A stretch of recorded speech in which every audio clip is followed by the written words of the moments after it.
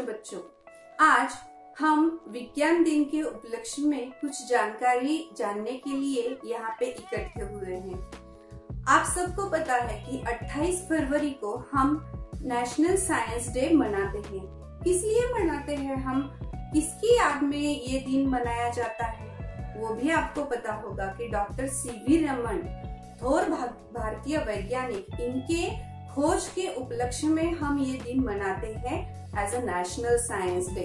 तो doctor C V Raman, इनका जन्म तिरुचिरापल्ली में हुआ था और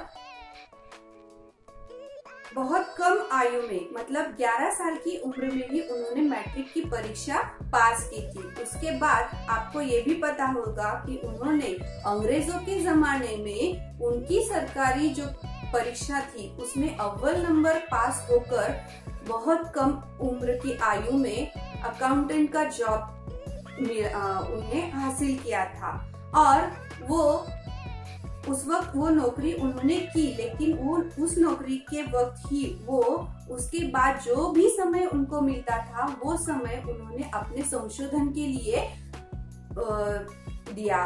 वो रात रात तक उनके वो जो संशोधन था, उनका जो काम था साइंस के बारे में, वो कर रहे थे और इसी काम से उनको जो सफलता प्राप्त हुई वो सफलता थी 28 फरवरी 1930 में उन्होंने जो खोज सारे विश्व के सामने प्रस्थापित किया, जिसको हम सब रमन इफेक्ट ये कह के हम सब जानते हैं। तो क्या है ये रमन इफेक्ट कि जिस वजह से उनको विश्व का सबसे बड़ा पारितोषिक यानी कि नोबेल पारितोषिक से उनको नवाजा गया। 1954 में भारत के सर्वोच्च नागरिक पुरस्कार, जो भारत रत्न का पुरस्कार था, उससे उनको नवाजा गया।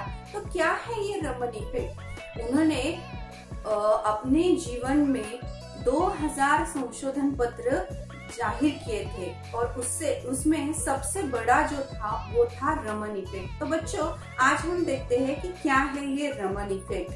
देखिए, रमन इफेक्ट जो है वो लाइट के बारे में उन्होंने बताया था। तो लाइट का जो रिफ्लेक्शन है, रिफ्रैक्शन है, इसके बारे में आपको कुछ पता होगा।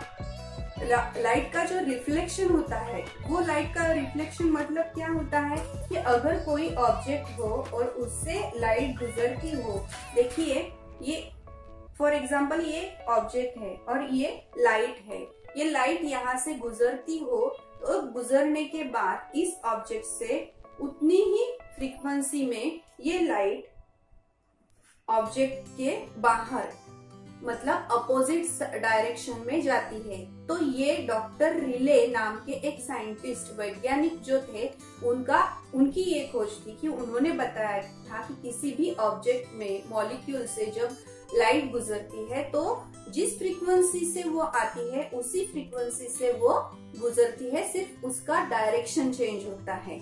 ये था डॉक्टर रिले का संशोधन।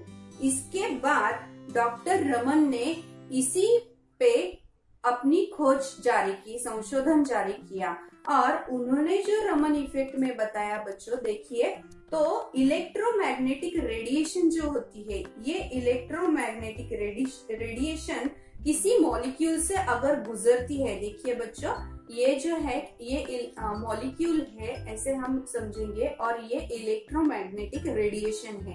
अभी इस मॉलिक्यूल से गुजरते वक्त 99% क्या होता है कि 99% टाइम में ये मॉलिक्यूल से गुजरने के बाद इस रेडिएशन की जो फ्रीक्वेंसी है, वेवलेंथ है, वो सेम रहती है। गुजरने के बाद इसकी और इसकी फ्रीक्वेंसी, इसमें कोई चेंज नहीं होता है। मतलब 99% बार हम अगर देखें तो यही होता है कि मॉलिक्यूल से गुजरने के बाद इलेक्ट्रोमैग्नेटिक रेडिएशन की फ्रीक्वेंसी सेम होती है। मगर डॉक्टर रमन का कहना है कि 1 मिलियन में एक बार ऐसे होता है कि किसी मॉलिक्यूल से अगर इलेक्ट्रोमैग्नेटिक रेडिएशन जाए तो उसमें ये रेडिएशन का मॉलिक्यूल से गुजरने के वक्त एनर्जी उसकी जो होती है वो इस मॉलिक्यूल को दी जाती है, और जब दी जाती है तो उसके बाद वो स्कैटर हो जाता है, स्कैटरिंग हो जाती है इस लाइट की। और स्कैटरिंग की वजह से हम देख पाते हैं कि ये 2-3 जगह हमें दिखाई देती है।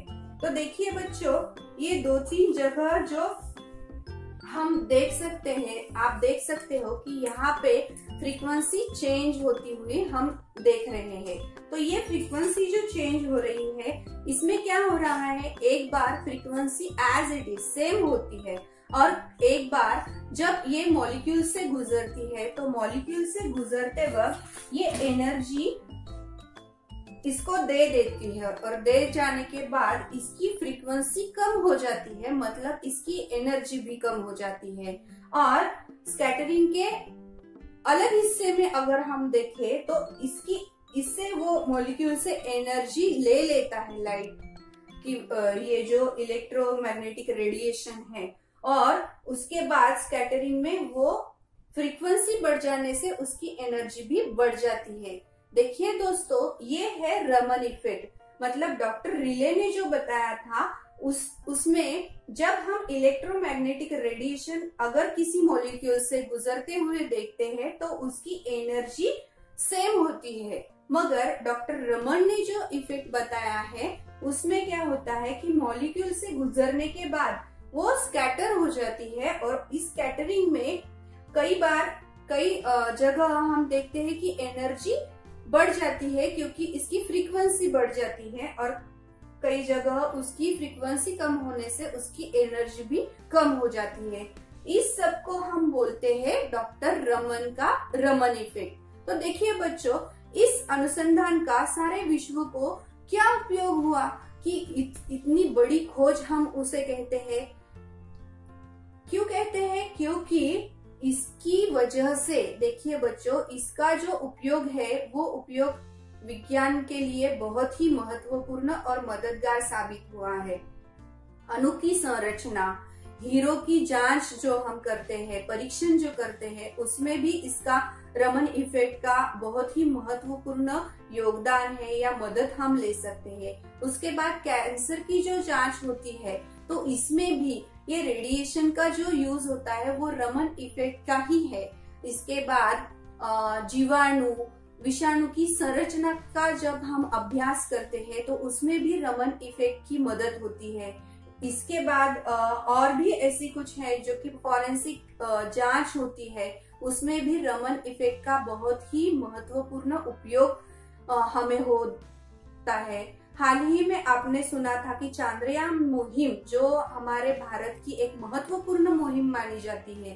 तो देखिए बच्चों, इसमें भी भौतिक शास्त्र में डॉक्टर रमन ने जो रमन इफेक्ट की खोज की थी उसकी मदद हम चांद्रयान मुहिम में भी ले चुके हैं।